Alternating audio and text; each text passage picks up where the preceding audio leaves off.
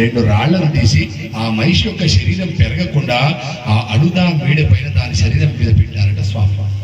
నేటికి వనయాత్ర చేస్తున్నటువంటి భక్తులు అడుదా నదిలో మునిగి రెండు రాళ్లను తీసి అడుదా మేడ పైన పెట్టాలి. చూడండి ఎంత విచిత్రమో. కోటాను కోట్ల మంది భక్తులు వస్తున్న అడుదా నదిలో రాళ్లు తగ్గడం లేదు, అడుదా కొండ ఎత్తు పెరగడం లేదు. ఇది అయ్యప్ప స్వామి వారికి మహిమ కదా. ఒక్కసారి స్వామి వారి కోసం చప్పట్లు కొట్టండి నా కోసం కాదు. అడుదా నదిలో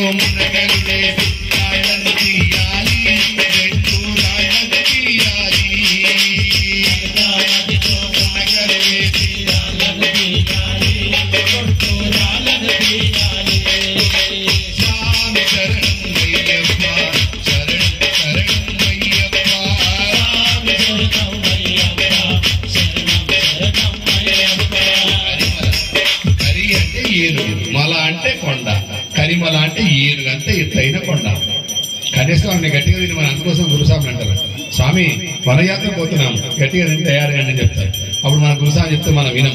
గురుస్వామి ఇప్పుడు అవసరం వస్తాడు.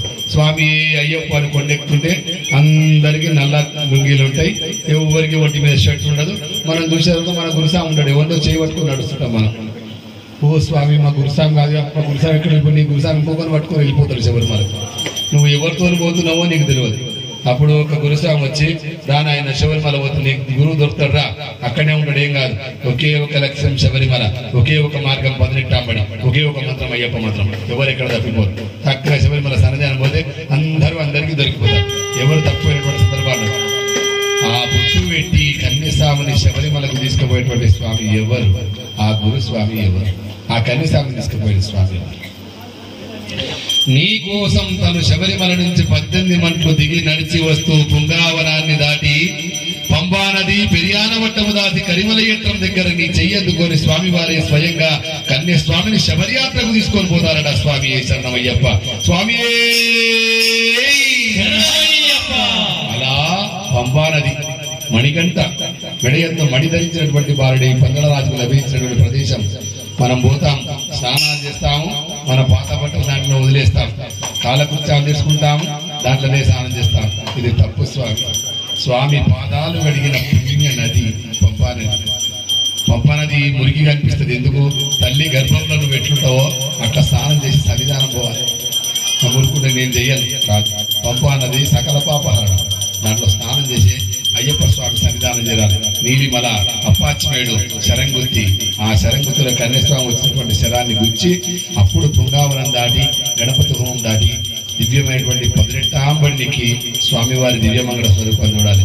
ఎట్టున్న స్వామివారు చిన్ముద్రధారి అయి కుడి చేతి చూపుడు వేలును తన బొటన వేలుతో కలుపుతూ ఎట్లా కూర్చున్నాడు చూడండి స్వామివారి.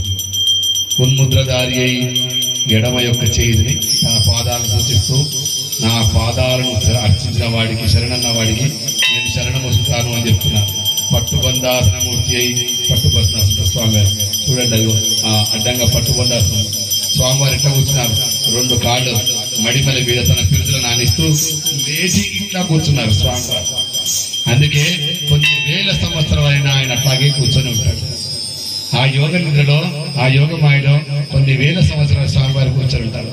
ఆయన నుంచి వచ్చేటువంటి అగ్ని ఈ ప్రపంచాన్ని దహించకుండా స్వాములందరూ కూడా నెయ్యాభిషేకం చేస్తూ స్వామివారిని మన దగ్గరే ఉంచుకుంటారు.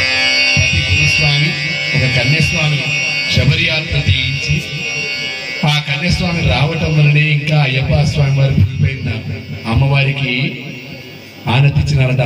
ఏ సంవత్సరం అయితే కన్యస్వామి శబరిమలకి రాడో ఆ సంవత్సరం వివాహం చేసుకుంటారు.